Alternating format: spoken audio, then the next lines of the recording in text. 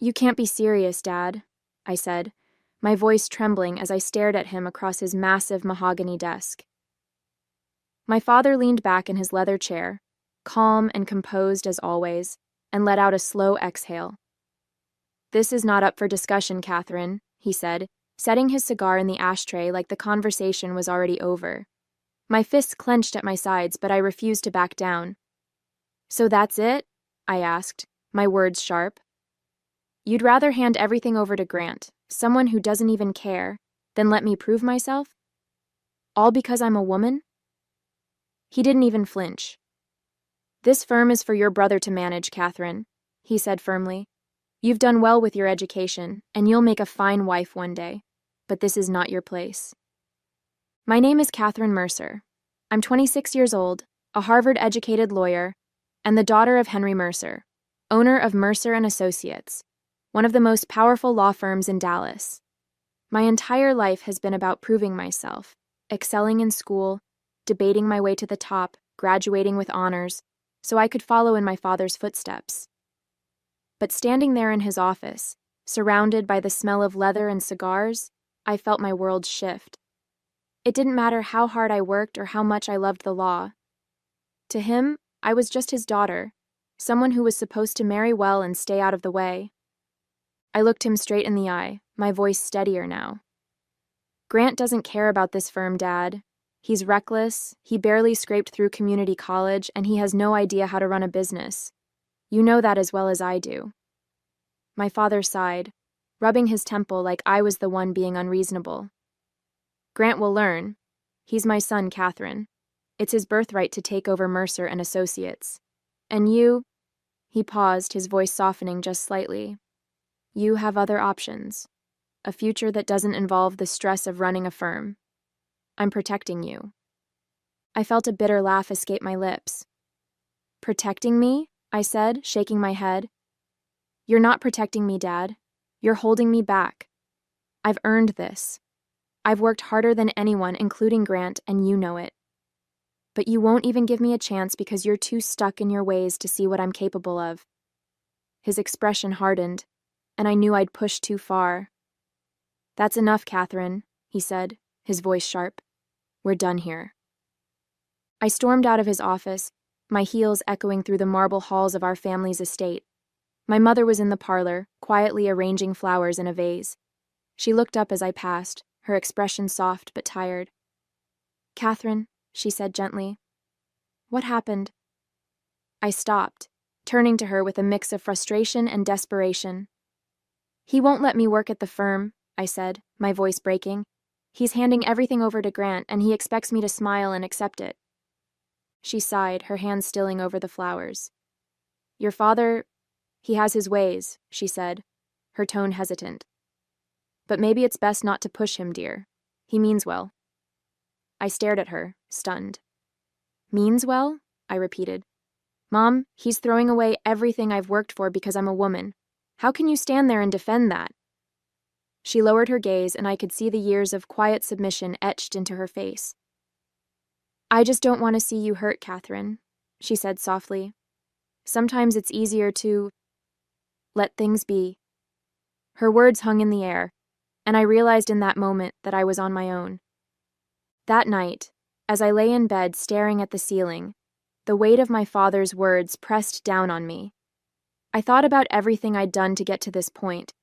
Late nights poring over case law, the endless debates at Harvard, the sacrifices I'd made to live up to the Mercer name. And for what? To be told I didn't belong? That my only value was to marry into another powerful family? The thought made my stomach turn. The next morning I was halfway through packing my suitcase when the door to my bedroom creaked open. My mother stood there, her face pale and confused. Catherine, what are you doing? She asked, her voice laced with worry. Before I could answer, my father appeared behind her, his brows furrowed in irritation. What's all this? He demanded, stepping into the room. Where do you think you're going? Grant showed up last, leaning casually against the doorframe, still in his robe. Packing for a vacation, sis? He asked with a smirk. I snapped the suitcase shut and stood tall, facing them all. I'm leaving, I said simply, Since I'm not welcome at the firm and apparently don't belong in this family's plans, I'm going to find a place where I do." My father's face darkened, and my mother clutched her pearls, looking like she was about to cry. "Catherine," she said softly, "don't do this. Let's talk about it." But I shook my head, my resolve unshaken. "There's nothing to talk about. You've all made your priorities clear." My father's jaw tightened, and he stepped closer. "Don't be ridiculous, Catherine," he said, his tone cold and dismissive. "This is your home. Where else would you go? And for what? To make some sort of point?" I met his gaze without flinching. "Yes, Dad," I said firmly. "To make a point. That I'm worth more than being pushed aside for someone who hasn't earned a damn thing. You made it clear last night that I have no place in your firm, so I'll find a firm that values what I bring to the table." Grant let out a low chuckle, shaking his head. "You're really making a big deal out of nothing, Kat," he said, crossing his arms. "You're throwing a tantrum just because Dad isn't handing you the keys to the kingdom?" His smug tone pushed me over the edge. "This isn't a tantrum, Grant," I snapped. "It's me taking control of my life, something you've never had to do because everything's been handed to you." My father raised a hand, silencing us both. "Enough," he said sternly. "Catherine, you're not leaving. You belong here with your family." I shook my head, picking up my suitcase. "No, Dad. I belong somewhere I'm valued, and clearly, that's not here." I walked past them, my suitcase rolling behind me as I made my way down the grand staircase. My mother followed, her voice trembling. "Catherine, please don't go," she said softly. "We can figure this out as a family." I stopped at the base of the stairs and turned to look at her, the woman who had spent her life swallowing her own voice to keep the peace. "Mom," I said gently, "I love you, but I can't keep pretending that things will change if I stay. They won't." My father stood at the top of the stairs, watching silently, his face unreadable. Grant leaned against the banister, clearly unfazed, like my departure meant nothing. I opened the front door and turned back one last time. "When you're ready to treat me like more than just a daughter who needs to marry well, you know where to find me," I said, my voice calm but firm. Then I walked out, the crisp morning air hitting my face as I closed the door behind me. For the first time in my life, I felt truly free. I didn't look back after leaving that house. Within days, I secured an interview at one of the most respected law firms in Dallas. They didn't care that I was a Mercer. All they cared about were my credentials and my drive. When I walked into that office, I wasn't Henry Mercer's daughter. I was Catherine Mercer, Harvard graduate and determined attorney. By the end of the week, they offered me a position, and for the first time, I felt like I belonged somewhere for what I could do, not for who I was. The work was challenging but rewarding, and I thrived in an environment where I wasn't constantly being compared to someone else. My new boss, a sharp and modern man named Richard Hayes, took me under his wing. He valued my insight and pushed me to take on more responsibility. Within a few months, I was handling high-profile cases and earning the respect of my colleagues. It wasn't the life I had envisioned for myself growing up, but it was mine, and that made all the difference. As much as I was thriving professionally, the nights were harder. Cutting ties with my family wasn't easy, no matter how justified it felt. There were moments, quiet ones, like coming home to an empty apartment after a long day, when the weight of it all would hit me. I missed my mother's gentle presence, even if she never stood up for me. I even missed the chaos Grant brought to the house, as infuriating as he was. But what hurt the most was knowing my father didn't think twice about letting me go. Months passed, and I poured everything I had into my work. The cases were demanding, often leaving me in the office late into the night, but I thrived under the pressure. With each victory, my confidence grew. I wasn't just a lawyer anymore. I was a force to be reckoned with. Richard Hayes, my boss, started assigning me to more high-stakes cases, and soon I was gaining a reputation as one of the firm's rising stars. The growth wasn't just professional, it was personal too.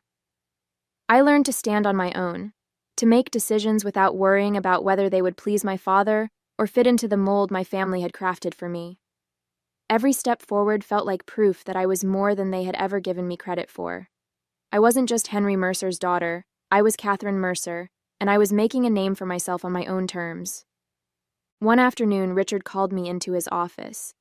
It was spacious but unpretentious, a reflection of the man himself. He gestured for me to take a seat and leaned back in his chair, his piercing blue eyes studying me intently. "Catherine," he began, his tone measured, "I have a case I think you're ready for. It's high stakes, complicated, and it's going to put you in the spotlight." I nodded, intrigued. "What's the case?" I asked, leaning forward slightly. He hesitated for a moment, then continued. "We're representing a client in a major litigation against Mercer and Associates. They're suing your father's firm for negligence in a contract dispute. The stakes are enormous and the case is gaining attention." He paused, watching my reaction closely. The words hit me like a ton of bricks. My stomach tightened, and for a moment, I couldn't speak. "You want me to represent someone suing my father's firm?" I finally said, my voice steadier than I felt. Richard nodded. "I know it's personal, Catherine, but that's exactly why I want you on this. You know how Mercer and Associates operates, and you're one of the sharpest lawyers we have. If anyone can win this case, it's you." I took a deep breath, trying to process what he was asking. "Richard," I said slowly, "you realize what this could mean for me, personally and professionally. This isn't just another case. It's my family." He leaned forward, resting his elbows on the desk.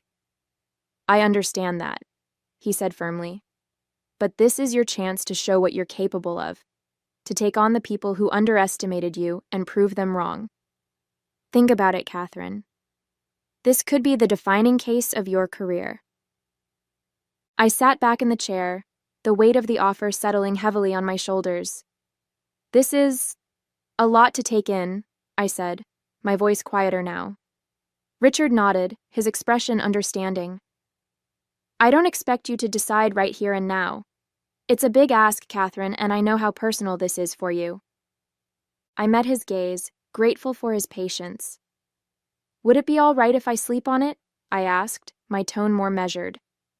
"I need to think about how this could affect everything. Not just my career, but—" I trailed off, unsure how to finish the sentence.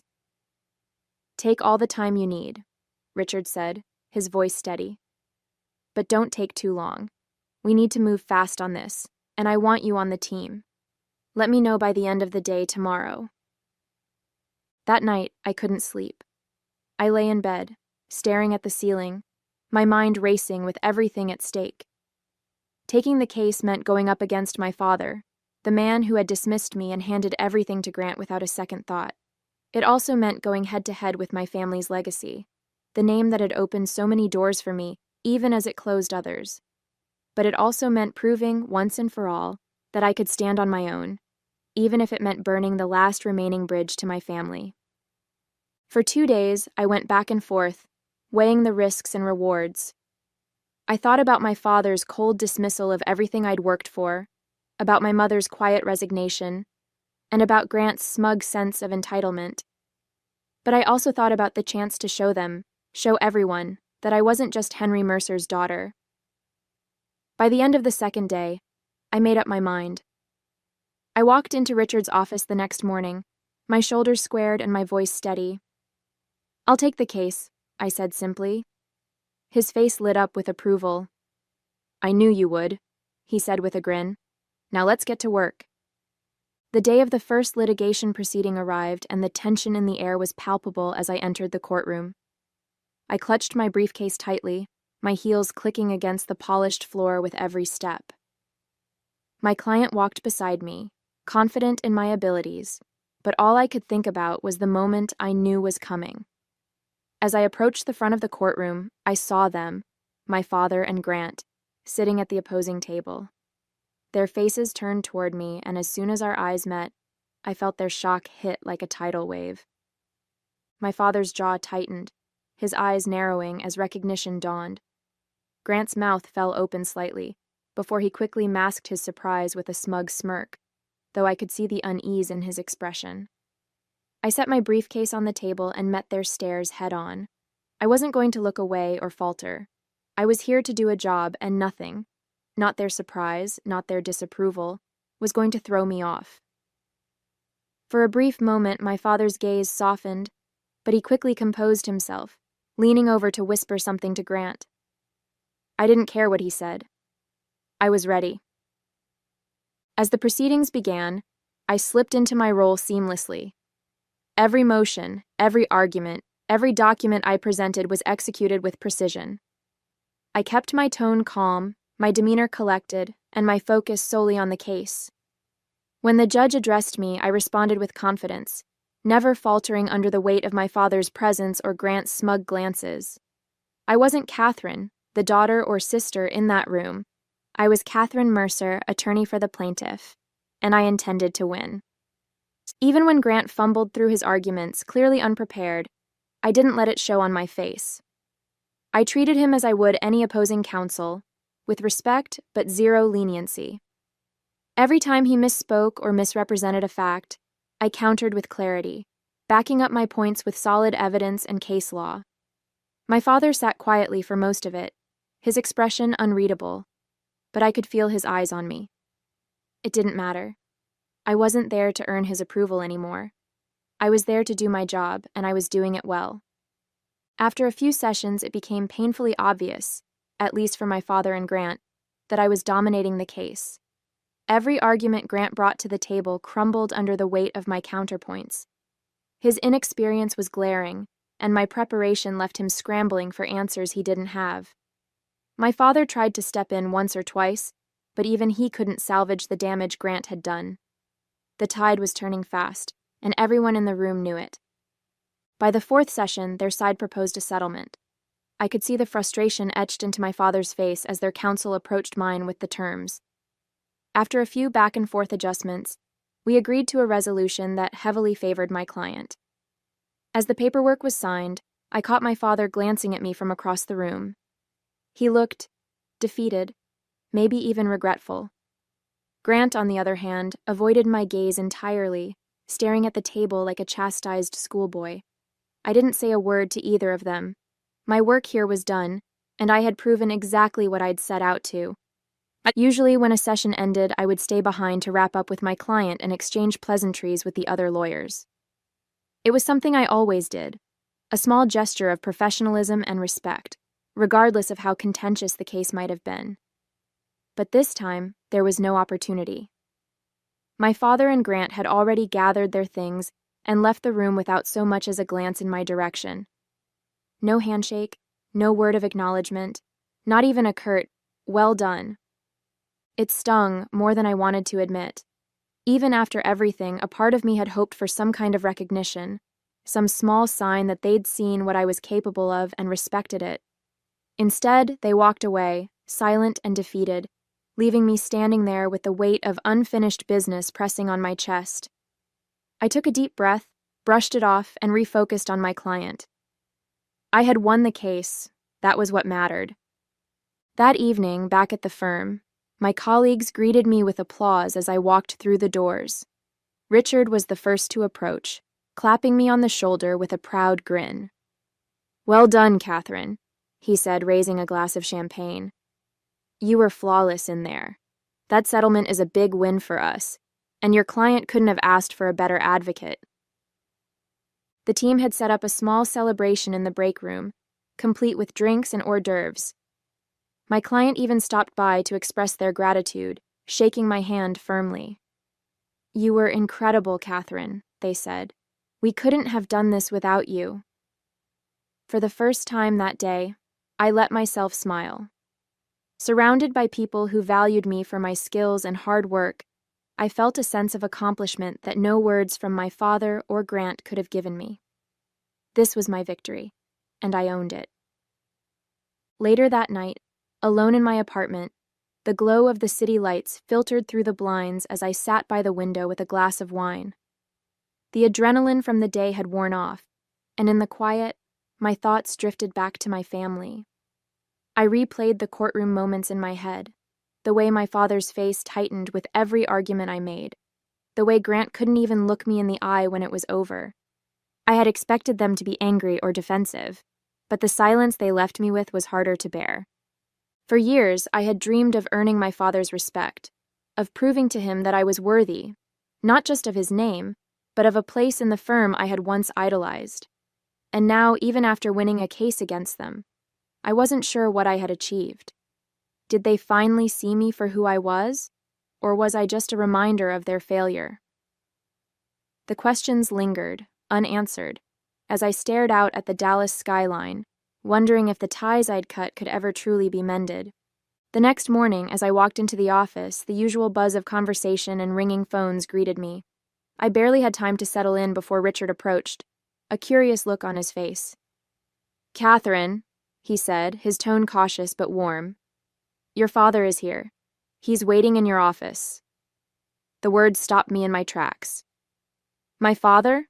I asked, trying to keep my expression neutral, though my stomach flipped. Richard nodded. "He came in about 20 minutes ago. Said he wanted to speak with you. Take your time. I'll hold your calls." I thanked him, though my mind was already racing as I made my way down the hall. When I opened the door to my office, there he was, Henry Mercer, sitting in the chair across from my desk, his hands clasped tightly in front of him. He looked up as I entered, his expression unreadable, though the slight furrow in his brow betrayed something. Regret, maybe? "Catherine," he said simply, his voice quieter than I'd ever heard it. I closed the door behind me, unsure of what to expect. "Dad," I replied, keeping my tone even. "What are you doing here?" He stood up slowly, brushing his hands down his suit jacket as though trying to steady himself. "I came here to talk," he said, his tone measured but serious. "To say some things I should have said already." I walked over to my desk, setting my bag down carefully. "All right," I said, folding my arms. "I'm listening." He hesitated, glancing out the window before turning back to me. "You were brilliant in that courtroom, Catherine," he began, his voice softening. "I've seen a lot of lawyers in my time, some of the best in the business, and what you did, it was remarkable. You were prepared, professional, and relentless.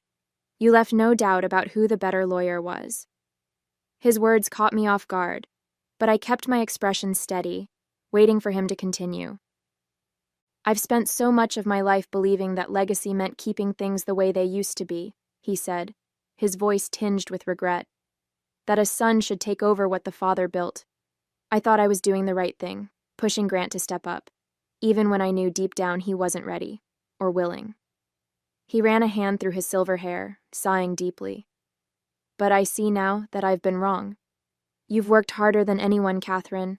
You've earned everything you have, and I failed to recognize that. I failed you."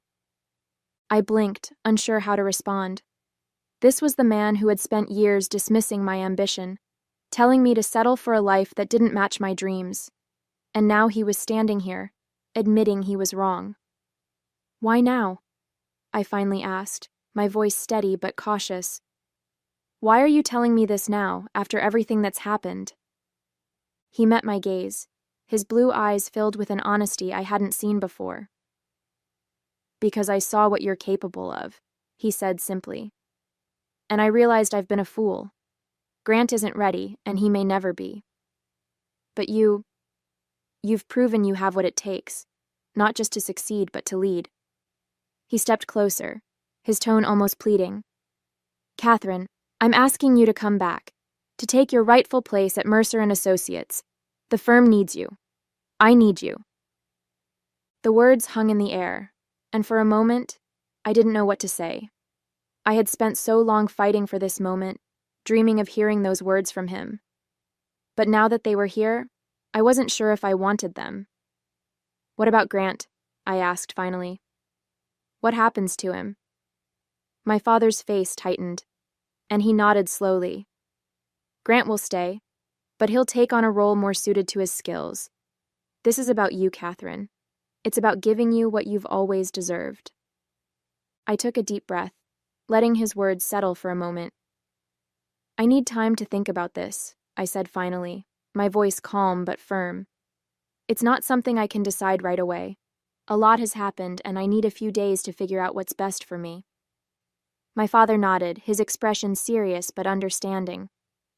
Of course, he said.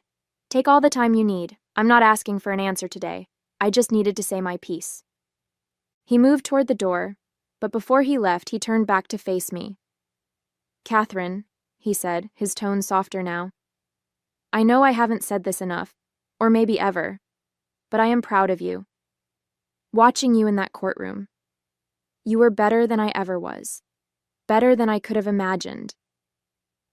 His words hit me harder than I expected, and for a moment I just stared at him, unsure of how to respond. He gave me a small, almost hesitant smile before turning and walking out of the office, leaving me alone with my thoughts. As I sat at my desk, his words echoed in my mind. Better than I ever was. For so long I had fought to prove myself to him, to show that I was more than just his daughter, that I was capable, strong, and deserving of respect. And now, hearing those words, I felt a surge of pride that I couldn't ignore. This wasn't just about him anymore. I was proud of myself, for standing my ground, for thriving on my own, and for showing the world, and my father, exactly what I was capable of. Now it's late at night, and I'm lying in bed, staring at the ceiling, thinking about what to do. My father's offer is everything I've worked for, everything I thought I wanted. But going back would mean stepping into a world where I was once dismissed, where I'd have to navigate the shadows of old wounds and fractured trust. It would mean working alongside Grant, knowing how little he values what we both stand to represent. And yet, staying where I am has its own challenges. This firm has been good to me, and I've grown here in ways I never imagined. But it's not my legacy. It's not Mercer and Associates, the place I dreamed of running since I was a little girl. If I go back, I'd have a chance to shape that legacy on my terms, to prove that the name belongs to me just as much as anyone else. I haven't made up my mind yet. The choice feels impossible, and the weight of it keeps me awake. But maybe you can help. What would you do in my situation? Please share your thoughts in the comments. I'd love to hear your perspective. Hey there! Did you like the story? If you did, don't forget to hit the like button and subscribe to the channel. It helps us a lot and makes sure you won't miss out on more great stories we share here. Thank you for watching, and we'll see you in the next one.